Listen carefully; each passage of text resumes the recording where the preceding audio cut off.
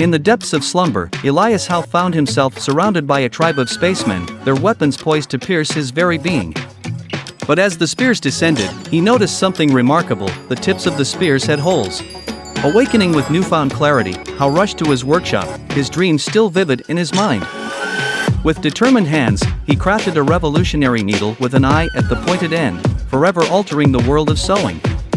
This inspired dream unlocked the gateway to the sewing machine, a device that would weave the fabric of progress and innovation.